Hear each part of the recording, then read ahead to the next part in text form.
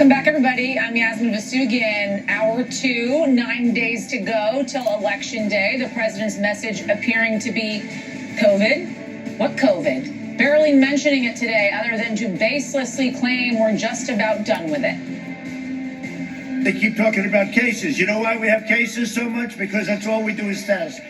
If we cut our testing down in half, they'd say, well, they wouldn't say that, but cases would go down in half. Now we have the best test, and we are coming around. We're rounding the turn. We have the vaccines. We have everything.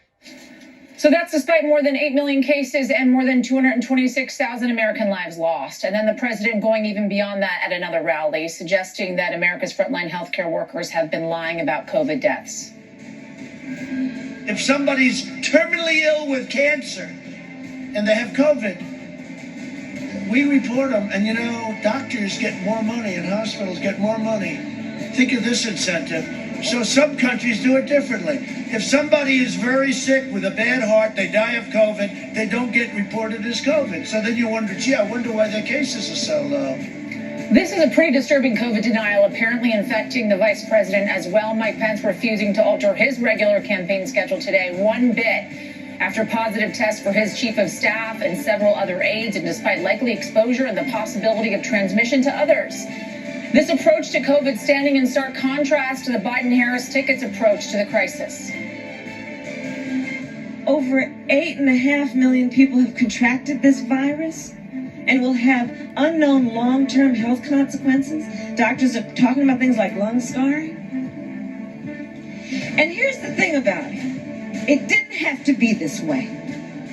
It did not have to be this way. And then old boy has the nerve, even just recently in the last debate, to talk about how we're rounding the corner. I don't see one either.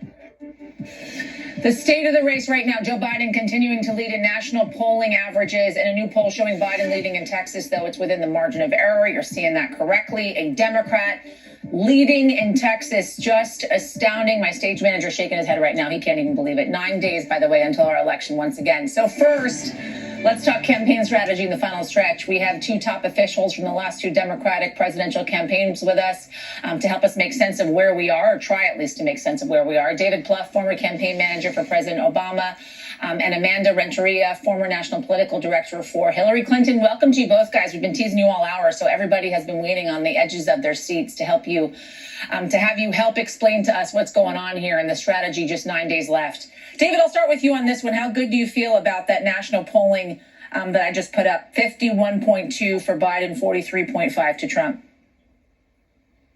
Well, listen, I, having run presidential campaigns, don't pay any attention to any national poll. So what matters to me is the states. You just showed Texas. Now, the road from 48 to 50 in Texas is a long road, but I like where Joe Biden is right now. But in Wisconsin and Arizona, in Pennsylvania and Michigan and Florida, he's got stable leads. They're significant. He's at 49 to 52. So, he's closing well. And listen, we always talk about October surprises in politics. Yeah. This October surprise is no surprise at all. It's the fact that COVID cases are on the rise. Trump's denying it. Pence now has a breakout an outbreak in his cluster of AIDS. So the big issue in this race is who's going to lead us past the COVID crisis? Who can we trust so that we can rebuild our economy, kids come back to school? And so you've never seen a presidential campaign, I think, I mean this seriously, close this poorly. Because Trump is basically ignoring the big thing in the room. And these events he's doing, just the visuals, every event Donald Trump does. He was in Wisconsin, which has cases surging. It sets back his cause. So he's behind. Yet every time he gives an interview, every time he does an event, I think it underscores why Joe Biden's in such a good place in the race. It's interesting, David, as you bring up this idea of who we can trust moving forward, especially in dealing with the fallout from this pandemic. It's not even like the president is getting up there and saying, look, you can actually trust me because here's what I have done. In fact, he's saying it's not happening. Look the other way. Nothing is going on behind me. Folks aren't dying. More people aren't getting COVID, despite the fact that we have these huge numbers and we're hitting yet another peak and a wave 3 in this country. Amanda, I want you to weigh in, though, on what we're seeing out of Texas, because I think that's an incredibly important conversation. We're hearing Senator Kamala Harris is heading to Texas as well. Joe Biden with a 3-point lead there. How could Texas and I can't believe I'm saying this, how could Texas actually shake up this race if it were in fact to turn blue? The numbers you are seeing here are remarkable. Now, it's early in the race. I understand that we haven't seen Democrats really break through the final stages in Texas.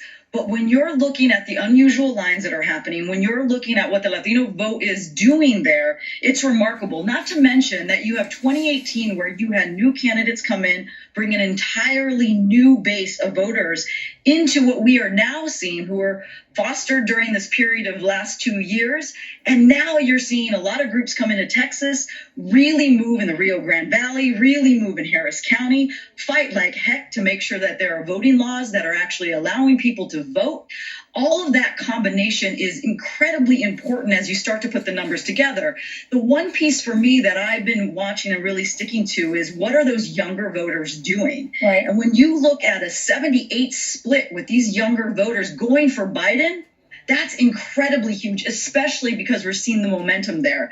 There's a lot to be said that what is happening there, whether or not this can go all the way to the end and actually bring us a victory there, the trend looks good. And the fact that we are having this conversation is incredibly important as we think about the future of this country, but also the future of what could happen in Texas. There's so much, guys, that I want to get to. Every time you say something, it brings up another thought in my mind that I want to ask. So, Amanda, I want to stick with you on the Latino vote for one moment here, because let's bring up those polls from the Dallas Morning News today. Joe Biden leading the Latino vote in Texas, 69 to Donald Trump's 21.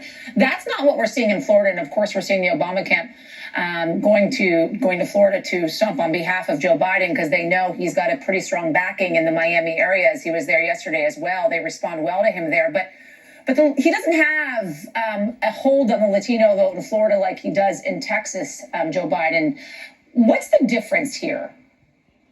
Very different demographics in Florida than in Texas. In Florida, you have a Cuban population, you have a Puerto Rican population. One of the things that has been growing, however, is the non-Cuban, non-Puerto Rican population, which is about 40%.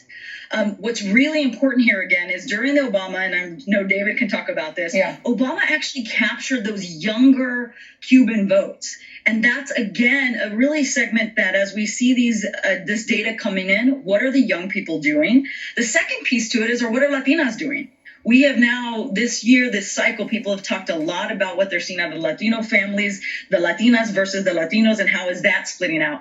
I have to say I am hopeful in seeing the younger generation excited, whether that's Texas or Florida, and that makes a real difference as to what we're going to see out of Florida, but incredibly different demographic. We're beginning to learn a lot more about the Latino community and how different the different groups are. But the one thing that really does connect us, coronavirus and how it's hitting families today everywhere. I'm waiting to break down the polls that we're seeing in some of these battleground states to the very end, David, because I want you to weigh in on the Obama factor, the X factor that Obama has in bringing to this campaign trail as we see him stumping for Joe Biden. I mean, yesterday, Joe Biden waited for President Obama to finish his speech before he even got started. I think he started about an hour and 15 minutes late as we were awaiting him to begin speaking, because I'm sure they understand how important it is to have Barack Obama on the campaign trail.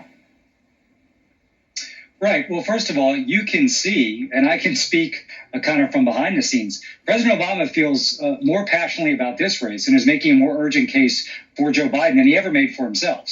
So, his Democratic convention speech, which laid out the stakes so starkly, he's doing the same. He's out there laying it all on the line. And, in Philadelphia a couple days ago, in Miami yesterday, you get dominant local coverage. Miami-Dade is a place where Joe Biden probably needs to strengthen a little bit from where he is today. So it's great. I mean, he speaks to people who aren't sure they're going to vote again, the few remaining undecided voters, and there still are some. But let's talk about Texas. You mentioned Texas. Yeah. Suburban voters in Texas are not going to behave that much differently than suburban voters outside of Philadelphia or outside of Madison, Wisconsin, or in the I-4 corridor in Florida. So what you see in Texas is the suburban flight away from the Republican Party that was so pronounced in 2018 continues. And that's how you put a state like Texas in play. So I think you'll continue to see Barack Obama out there making a very passionate case against Trump, but also on behalf of Joe Biden. And listen, if 20,000 people in Florida do something different, maybe they ultimately vote, maybe they volunteer, maybe they were really undecided, but now they're going to vote for Joe Biden this week early. This race will be decided on the margins if it's close. And so it does make a big difference.